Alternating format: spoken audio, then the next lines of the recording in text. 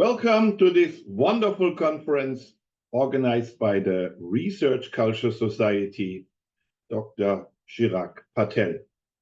We are cooperating for many years, starting 2020, I think, so it's about 4 years internationally, and it has been a great pleasure to work with Chirag on different occasions, on conferences, seminars, and also publications. And thank you very much for inviting me as an editorial board member of one of your many journals.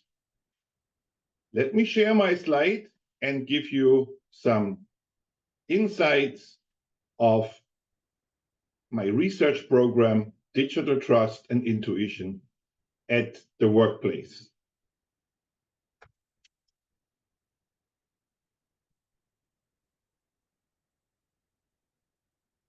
We have results from 2 European-funded studies, and we had subsequent follow-up studies.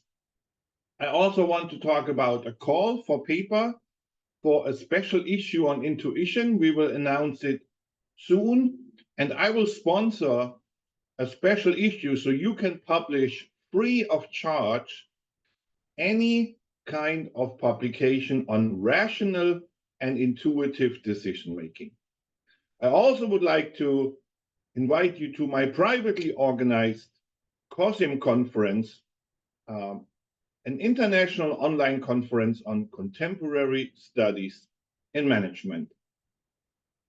I'm from the University of Mannheim in Germany. My PhD is from Tallinn University of Technology, a European PhD, and I'm at Ostfalia University of Applied Sciences since 2011. Before, in a former life, I had 20 years of experience in many companies, also in Germany, in the United States, and I had the luxury to live 7 years in New York City. I travel a lot to Asia and Latin America. That's actually where I met my wife. My wife is from the Philippines. Our research project is started with a study about e-learning at vocational schools with 14 states within Germany.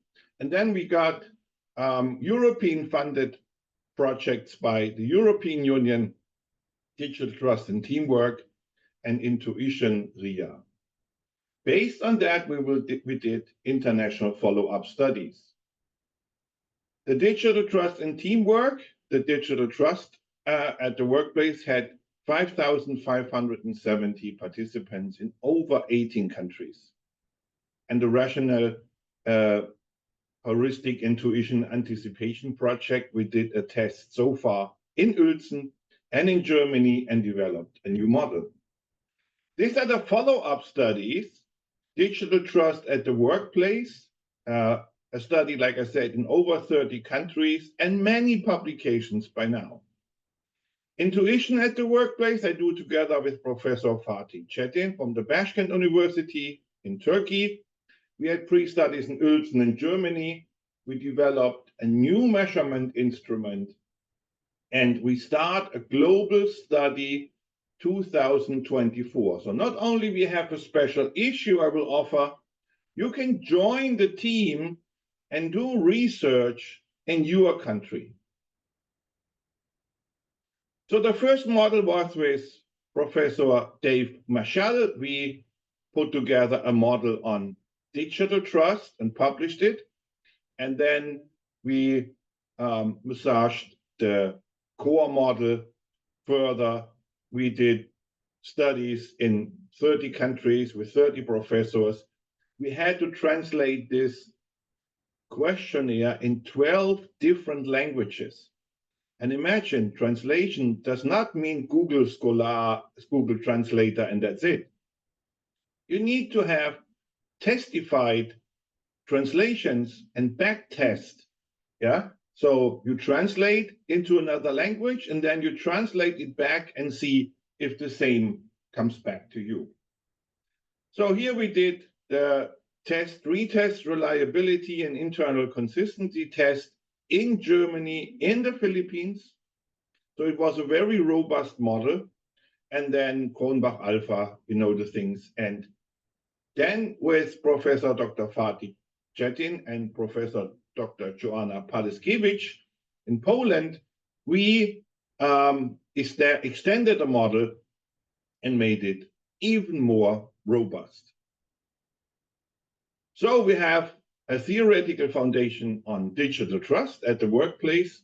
And here you see the factorial analysis and the construct validity of the extended model. So then the second project is about rational and intuitive decision-making at the workplace. So the purpose of this study to explore the validity and reliability of a newly developed model. We work on different types of intuition, and here are different studies that did scale development before, like the GDMS, RAI, PMPI, PID, COSI, Pretz et al., and Pacho and Spa. We made an overview of all the studies so far done to make a more comprehensive model. So you see that we incorporated all dimensions of the existing studies, and then we made additional research. What is missing? What does the intuition research needs to have a more differentiated intuition model?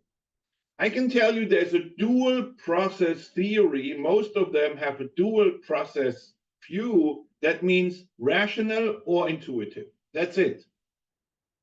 Rational is slow and thinking, and intuitive is fast. We believe that's not all. There's much more about intuition. There are different types, and they can also be fast and slow. This was our first model. Oh my God, that is 5 years ago. I cannot believe it, how we started. And then we did the rational decisions.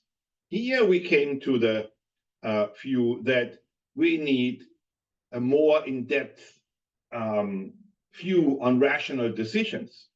So based on Pacho and Spa, we take the planning style and the knowing style, but there's still something missing, which is part of RAI, PID, PMPI, and GDMS, and this is the analytical intuition. So we tested these three rational decision types, and it worked very well. Then you have the unconscious holistic intuition, the big picture, the holistic, mainly on Pretz, but also a GDMS, RAI, and TINS. And the key question is an own subdimension or is it more general item? We found out this is a separate dimension, unconscious holistic intuition. Then we went to the emotional intuition, which you all know. We think about the gut feeling, but there's much, much more than your stomach. Ladies and gentlemen, emotional intuition is very complicated. Neurology is working on it, how emotional intuition works. So typically you have the affective intuition, and that's kind of a black box. What does it mean? We went deeper to look at emotional intuition in general. The question is, do you have the ability to feel something? And let's be honest, most of the people don't feel anything when they decide. And if they feel something, they don't know what they feel and how to interpret it. So it's very difficult to work with emotional intuition when you feel something. Now we go into more depth. We looked at the affective intuition based on your body sensations. Do you feel something in your stomach? Do you feel something in your heart? And I really mean the heartbeat. Or do you feel something on the skin? You can feel something else that you base your decisions on. And then we enlarged it to the so-called mood, feelings and emotion, what mood state are you in? Yeah, and that goes into the interoception also, Damasio and Gregg, very great studies, how you store and how you feel and how it reminds you. So we have three subdimensions on emotional intuition, much deeper than the other studies. Then you have two different kinds of fast decision making based on intuition. The spontaneous, yeah, based on GDMS and PMPI, very spontaneous. You don't know where it's coming from. You just decide. But then there's also the experience-based, heuristical decision. That means this is trained. Think about a fire brigade or policeman. When they decide fast, they trained this situation 100 times. Think about an emergency doctor. He comes to your accident and he immediately needs to make an operation. He cannot feel and wait for the gut feeling. He needs to know what has to be done. So these dimensions go mainly on Giga Ensa, Todd, Kahneman, Hertwig, Pacho, and Spark. And then something new that's missing in all other studies, and this is the slow unconscious thought theory. There's a research gap. And what that is means that you can decide also slowly. That means you have to decide something. You don't have a feeling now, and you distract yourself. It's called incubation. You do something else. You take a shower, you take a walk, you sleep one night, you do something else. And then you come back. And then all of a sudden you have the solution. What does that mean? Your brain is still working while you do something else. The last days, I worked very intensively, very heavy on the research. But in between, I do some breaks. I go on my terrace. I do gardening a little bit. Yeah, a little bit of water, a little bit of dirt, you know, the flowers and the dirt and everything. I come back to my desk and I feel refreshed. And all of a sudden, I have lots of ideas. And then we have the so-called hunches, yeah, in GDMS, RAI, PRETS, and PMPI, and others. And this is anticipating. That means precognition. So the information is not within your body. The theory behind it is kind of parapsychology. The information is outside. That's metaphysics, paraphysics. Some people say they talk to the universe. Well, kind of, I don't do that. But there is in physics theories that the world around you is information. And some people can feel this information. I don't have it. I just know others have it. I cannot report on that from experience. And then there's support by colleagues, support by others, the so-called dependent style, especially from GDMS. Funny enough, this dimension did not work in GDMS. You see, they have very low factor loadings.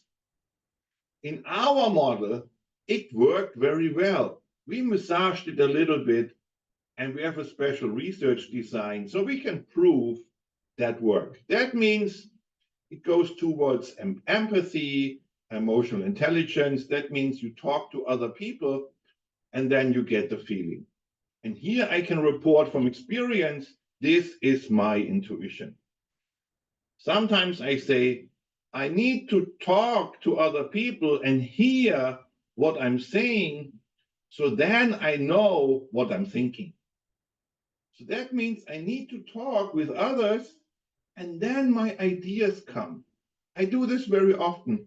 The others don't have to say anything. They just have to listen. I walk around and think out loud. Works perfectly. So here's our validation model.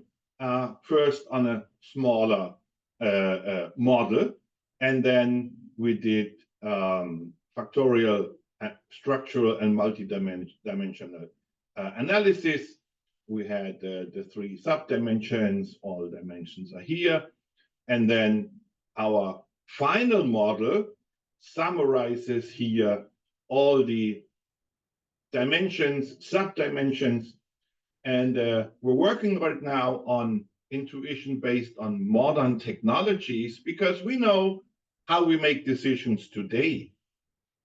We look at our phone, and that is not in any study yet. I work on that with Professor Dr. Joanna Roszak from Poland, and we will publish a book about that soon. And that's so important then we enlarge the intuition to digitalization. And also we started research on a digital intuition. So how do you decide with this modern technology? There will be also a lot of sub-dimensions. Privately, I organize workshops, 2018, 19, in Uelzen. Here you see the first one in 2018, and we had great connections to Europe and great people as a guest. Then 2019, we had a larger group, and we also visited the conference of the University of Lübeck on campus. They did a seminar on international e-learning.